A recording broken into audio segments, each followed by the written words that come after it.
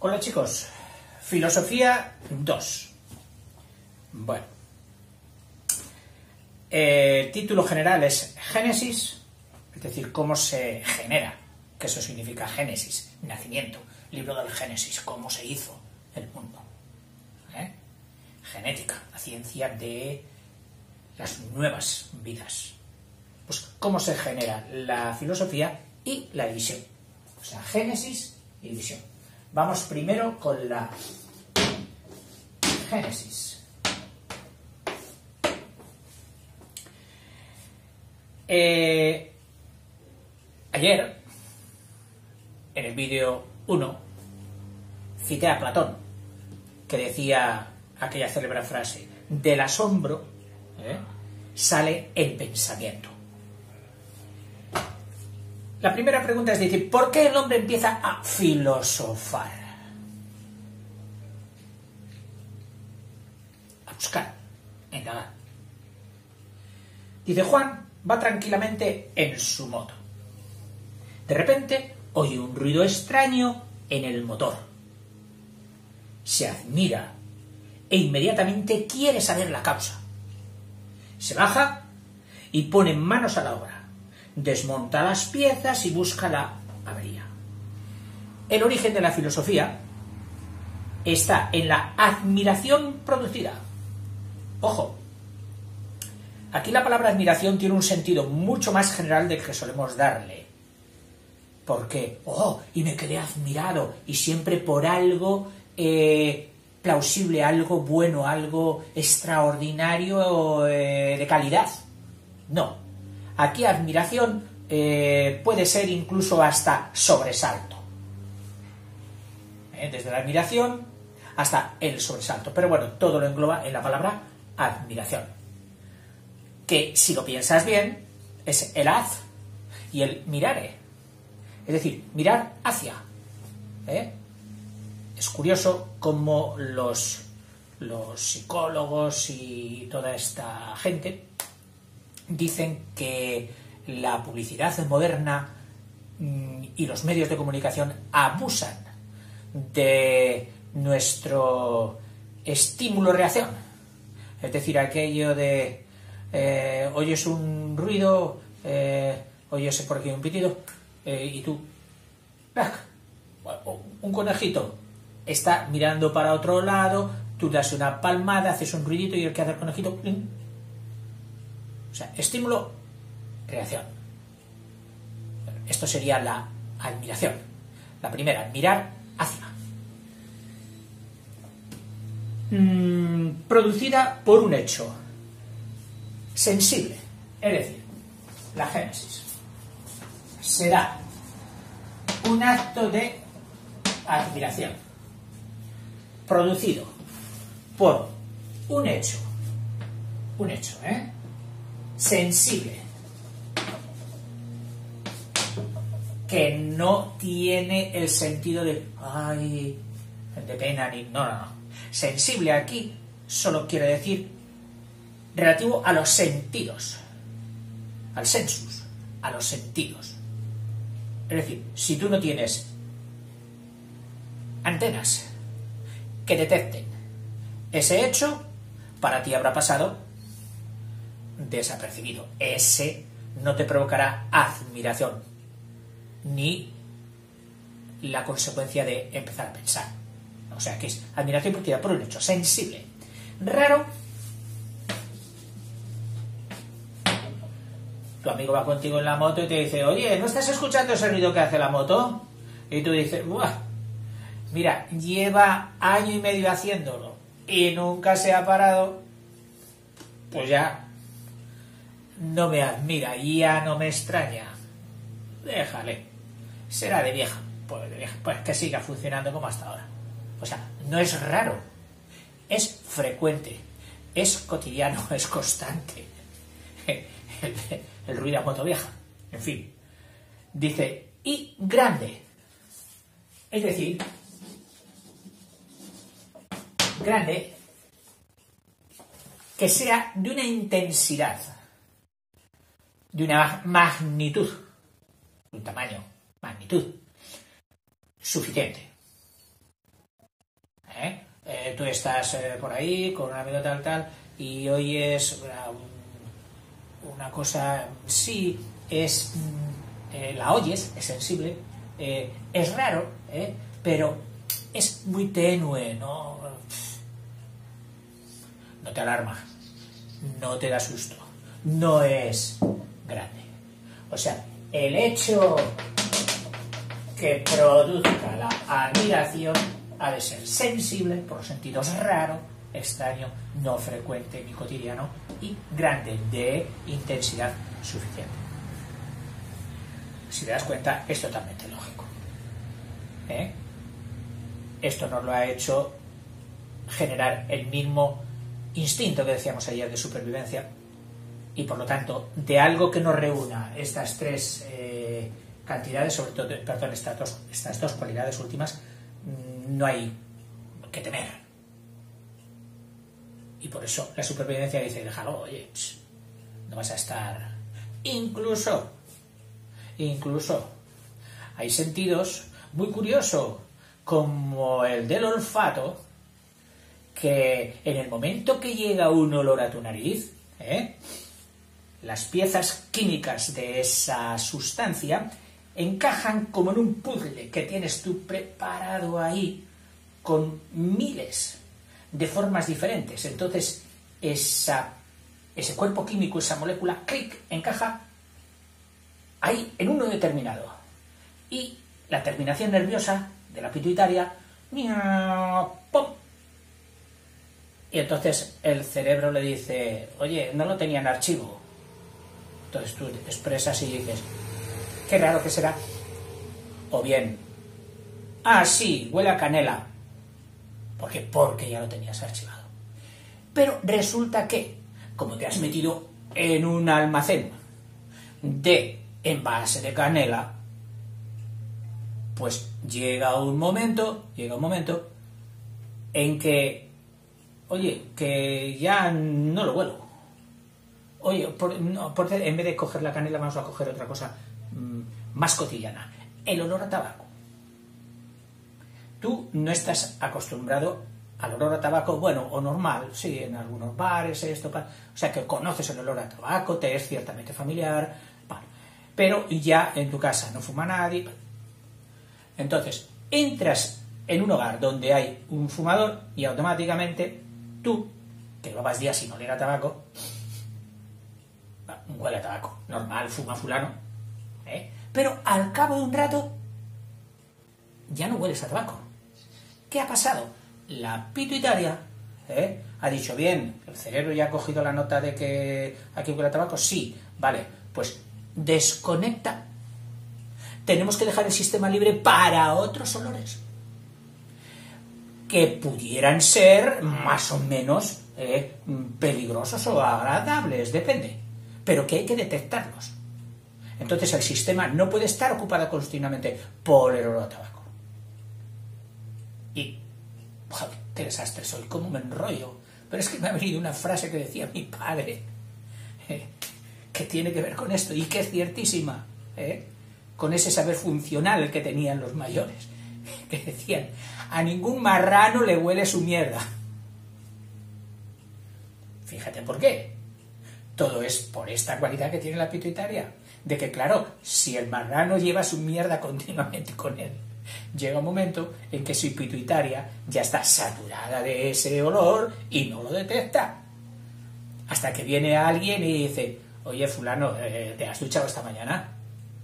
¿Por qué lo dices? Que hueles, Sí. Uy, pues no me había dado cuenta, yo no me huelo. Lógico que no te huelas. Bueno, uy, Dios mío, ¿dónde nos hemos ido? Continúo. Este chico, el de la moto, se admira y se da cuenta, o el hombre en general, cuando oye esto, un hecho tal, se admira y se da cuenta de que no sabe. Movido por esa admiración, el filósofo piensa, es decir, movido por esto, el filósofo, ¿y qué dice el filósofo? El chico de la moto y cualquiera que haya experimentado esto, ¿qué hace? Pues piensa, estudia. O lo que es lo mismo, hace una consideración más programada y metódica, empezando por el principio, no olvidando ninguna cosa, etc. Estudia. Investiga. Si es necesario, recurre a libros, a San Google, a mi primo el mecánico, etc. Investiga. Y construye, por fin, una explicación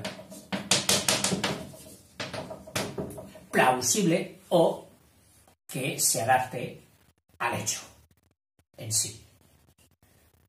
Dice, en todo lo cual, cuando ha llegado a esto, experimenta satisfacción o gozo, alegría. ¡Uy, qué contento estoy! ¿Qué te ha pasado? No, no me ha pasado nada, chico. Mira, llevaba un grifo, 2 meses goteando. Lo he intentado arreglar 5 veces y nada. Y hoy por fin ya se me ha encendido la bombilla, lo he desmontado, he hecho pam, pam, pam, he cogido una monedita con un taladro, con no sé qué. No gotea. Pues tampoco es para tanto. Bueno, pues para ti no, pero a mí sí. Es que a mí, me he colgado una medalla yo solito. Es decir, ese producto de el pensar, del estudiar, del investigar y de conseguir una explicación y por lo tanto conducente a un arreglo, me ha puesto contento. Gozo. Y yo, una de las cosas más bonitas de mi profesión y que más me admiraban en clase y me gustaban era ver la cara de alegría y de satisfacción que ponía un niño cuando llegaba a dominar un tema. Cuando decía, ya lo sé. Mire, papá. ¡Qué alegría! El gozo, producto de la consecución del conocimiento. Y dice Aristóteles, no solo tengo que hablar yo, tengo que hacer hablar a Aristóteles, que si no esto va a ser una clase en zapatillas. Dice Aristóteles, debido a su admiración, comenzaron y comienzan los hombres a filosofar, admirándose al principio de las cosas extrañas que tenían más a mano, haciéndose cuestión o preguntas o temas, materia de importancia, es decir, eso significa aquí haciendo cuestión de las cosas más graves, tales como los movimientos de la luna, del sol, de los astros y la generación de todo, es decir, cómo se genera todo, que esos problemas sí que eran importantes, y les inquietaba y les atraía a los antiguos.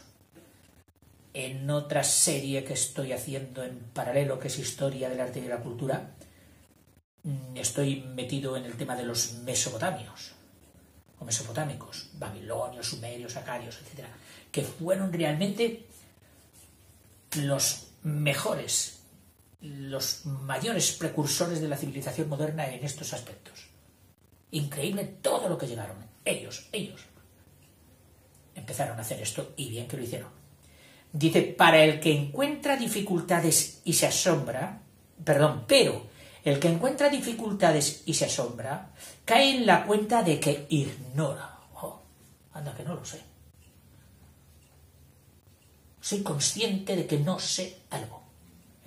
Por eso, como los hombres filosofaron por huir de la ignorancia, está claro, que perseguían el saber por sí mismos. Dice, no por utilidad alguna. Es decir, Aristóteles viene a decir que la causa que movió al hombre a encontrar la verdad y a investigar no fue el pragmatismo de solucionar un problema, de cómo subir el agua hasta tal sitio. No. O sea, no fue el utilitarismo. No. Era que realmente estaba molesto, indignado, porque no sabía algo. Es decir, él porque no sabía. Y eso le contrariaba. Eso le molestaba. Y dijo, tengo que saberlo. Oye, pero que ya el agua ha subido, que ya fulano ha puesto un cántaro. No me vale. Yo quiero saber por qué no subía el agua. ¿Te das cuenta? O sea que ya no era por arreglar un problema, sino por la necesidad de encontrar esa explicación y de llegar a esta satisfacción. Y así es como se hace ciencia, y cómo se hace filosofía, y cómo se hace conocimiento. Bueno, los primeros pasos de la filosofía. Es decir, esto sería la génesis, la causa, la explicación de cómo se genera. Y ahora vamos a empezar ya con aspectos ya históricos. Es decir, ¿cómo sucedió? Sí, sabemos que los griegos, esos señores que todos tienen nombres esdrújulos, Aristóteles, Pitágoras, Parménides, y uno piensa, ¿es que en griego todas serían esdrújulas? Pues no lo sé, no sé griego. Pero sí es cierto, las esdrújulas les encantaban. Y luego he observado que lingüísticamente es curioso que tienden los idiomas a un tipo de acentuación. El francés, por ejemplo, tiende a la aguda, y el castellano tiende a la llana, o grave. Curioso. Bueno, los primeros pasos de la filosofía. Las antiquísimas filosofías orientales, que son las que puedes ver en la serie Historia del Arte y de la Cultura, que estamos explicando por otro lado. Ejemplo, las de India, antes las persas y antes que ellas la caldea y la egipcia entre ellas, después de la caldea, o babilónica, también mesopotámica, caldea, es ahí sinónimo. Dice, estas antiquísimas filosofías orientales, más que filosofías, son exposición de una religión. Porque el hombre necesitaba, en ese momento, cohesión, necesitaba relación, necesitaba organizar una ciudad, una sociedad, una producción, y entonces un elemento fenomenal para unir fue la deidad, la divinidad, el Dios. Dice, el hombre no me hará caso a mí. Pero, ¿y si le digo que hay un ser todopoderoso, que es el que mueve las estrellas, el que hace los truenos, el que hace los relámpagos y todo esto? ¡Oh! Y digo que si no hace caso de lo que dice Dios, que es lo que yo digo, va a ser castigado. Oye, pues la religión ahí es muy útil. Y cada ciudad tenía su Dios. Lo puedes ver allí. Y cuando peleaban unos entre otros, ponían a su respectivo Dios por delante, como si luchasen esos dioses. Y las órdenes de batalla las daban esos dioses. Bueno, en fin. O sea que todo apareció, todos esos conocimientos ligados a una religión. Ahora dice, la filosofía auténtica, o sea que podemos decir aquí, en cuanto a los primeros pasos o historia de la filosofía, los primeros pasos en forma de religión, o unidos a las religiones. Persas, medos, caldeos, egipcios, indios, etc. Pero dice que la auténtica filosofía, desligada ya de la religión, nace en Grecia. Nace en Grecia. Primero se produce la admiración del hombre griego. Sin admiración no se estimula el pensamiento. Por el mundo que le rodea. Lógico. Admiración por el entorno. Con esta palabra me evito poner el mundo que le rodea. Continúo. Esta admiración se concreta, porque tú dirás, bueno, sí, pero ¿de qué se admiraba? Bueno, pues lo concretamos en 3 preguntas que el griego se hacía. ¿De dónde procede el mundo? 2. ¿De qué está hecho el mundo? Y 3. ¿Cómo se explica el movimiento del mundo? Bueno, dice, la primera pregunta no les atormenta demasiado. Le pegan de un plumazo y dicen, no hay que buscar el origen del mundo. Es eterno.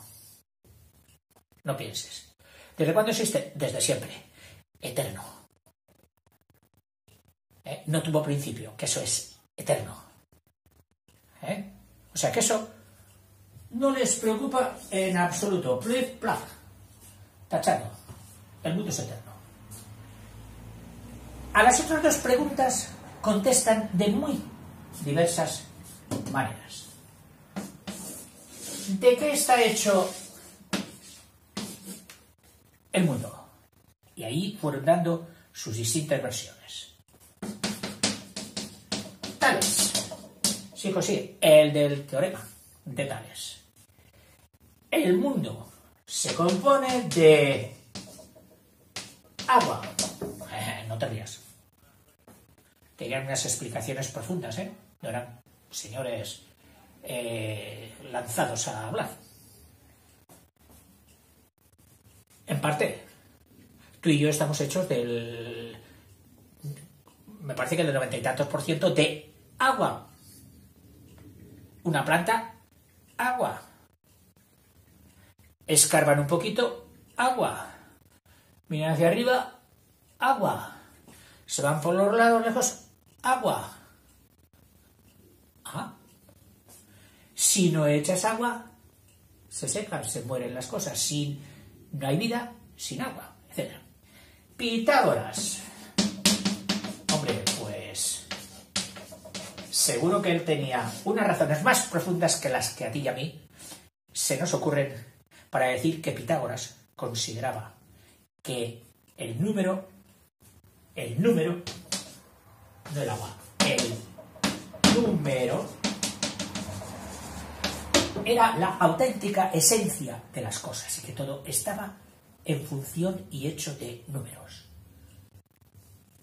Hoy, en la vida que tenemos hoy, nos metemos, coge cualquier ciencia, la que quieras,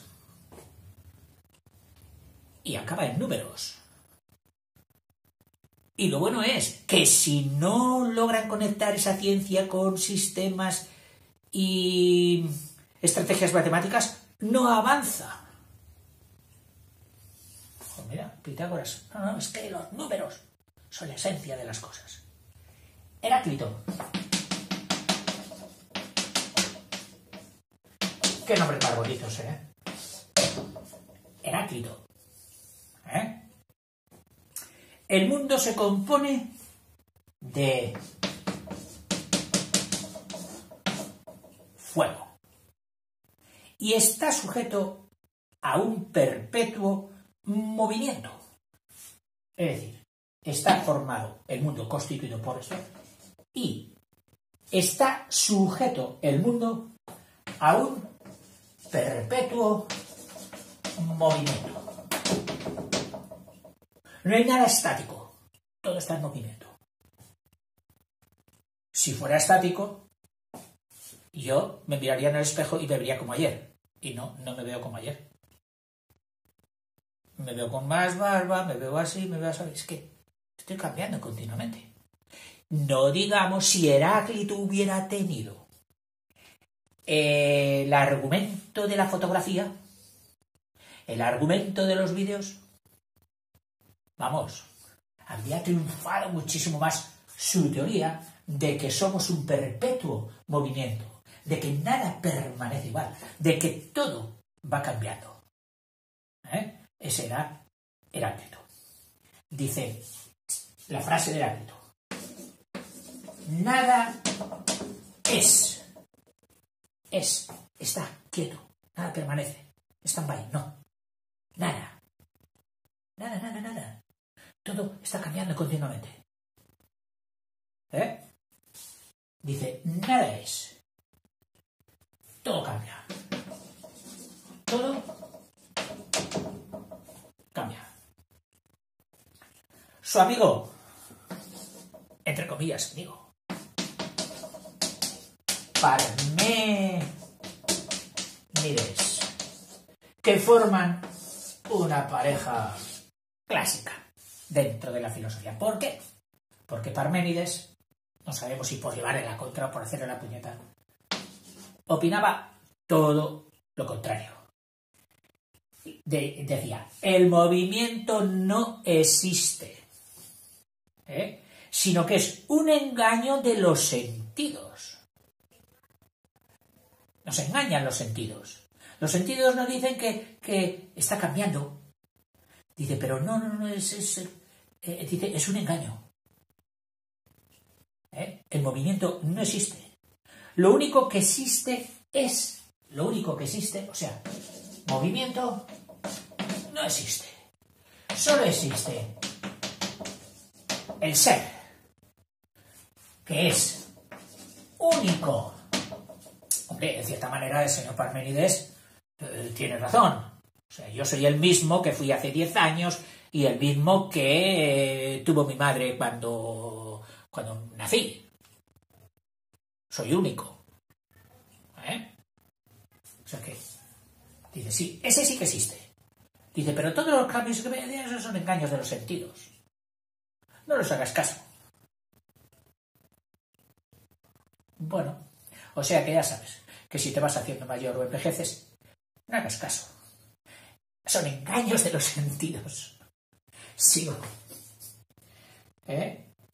Dice, es único, es inmóvil y es eterno. Curioso, es eterno. En filosofías y religiones actuales está la teoría de que el ser o el espíritu podría trascender a una segunda vida ya sin temporalidad, es decir, metida dentro del contexto de lo eterno, de lo eternal. Dice, pero que no tuviera origen, igual que ellos atribuían al mundo, de que no tenía principio. O sea que Parménides nos quita definitivamente el reloj. ¿Viste el reloj? Eso es un invento. Uy, hablando del reloj. Ahora he pensado yo que me estoy pasando de tiempo. Bueno. Y luego vienen ya los pluralistas. O sea, pásate de aquí. Tales, Pitágoras, Heráclito, Parménides. Y los pluralistas que ya vamos a darles la textura de grupo. El mundo se compone no de uno, dicen los pluralistas, sino de varios elementos que al mezclarse producen todas las cosas. Es decir, los sintéticos, podríamos decir, sintetizar. Juntas varias cosas y según lo que juntes y en qué proporciones te van saliendo todo lo que hay en el mundo. Pero ¿cuáles son esas 4 cosas que yo debería mezclar en mi taller mágico para sacarlas? Pues mira, sería fuego, aire, tierra y agua. Esto perduró mucho. Durante toda la Edad Media era muy asumido por los alquimistas. Estos eran los pluralistas. Y Demócrito, con mayúsculas, Demócrito. ¿Por qué con mayúsculas? Porque es importantísimo lo que nos va a decir un acierto redondo. Y según Demócrito, las cosas se componen de átomos.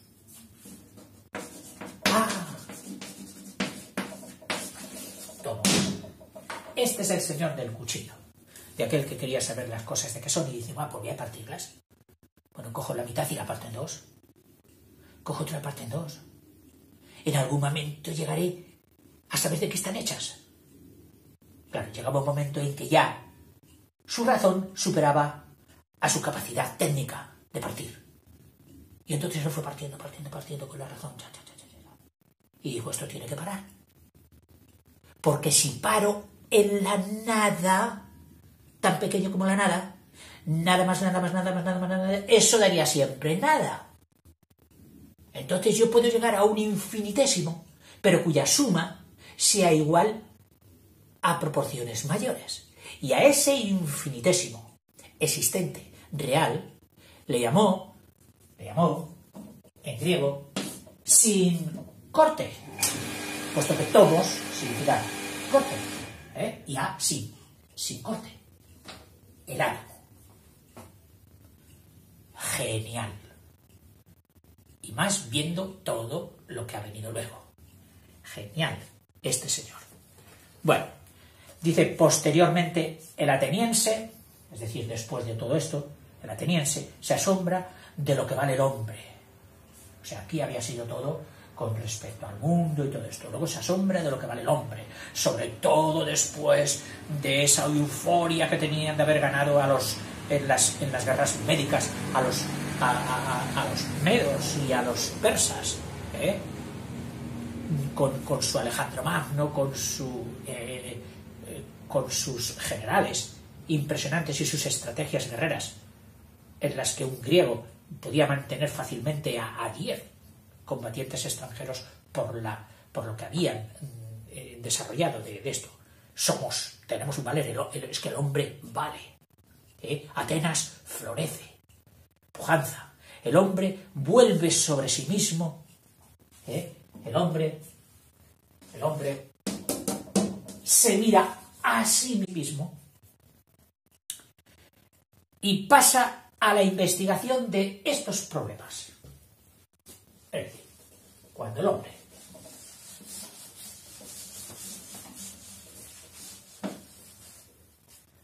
se mira a sí mismo y al trapo secante, dice que se enfrenta a estos problemas. 1. ¿Puede el hombre conocer la verdad?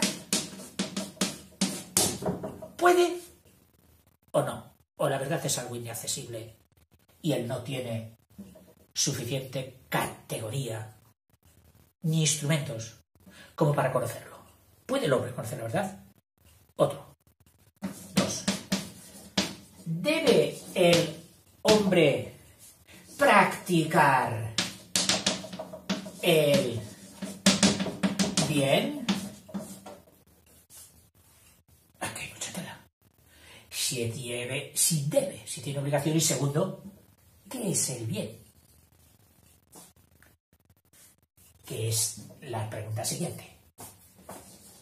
Tercera, ¿en qué consiste la virtud? ¿En qué consiste la virtud? Se ocupan de estos asuntos los sofistas. Los sabios eran los sofistas. Y especialmente, entre todos, nuestro amigo y admirado Sócrates. En fin. Y por último, surge después, tercera cosa, surge después, por último, la época de oro de la filosofía con los dos grandes colosos. Dos grandes colosos. Platón y Aristóteles.